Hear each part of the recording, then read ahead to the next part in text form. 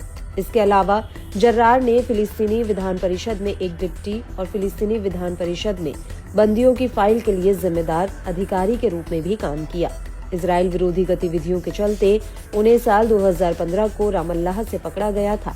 जर्रार को कई बार इजराइल ने गिरफ्तार किया था।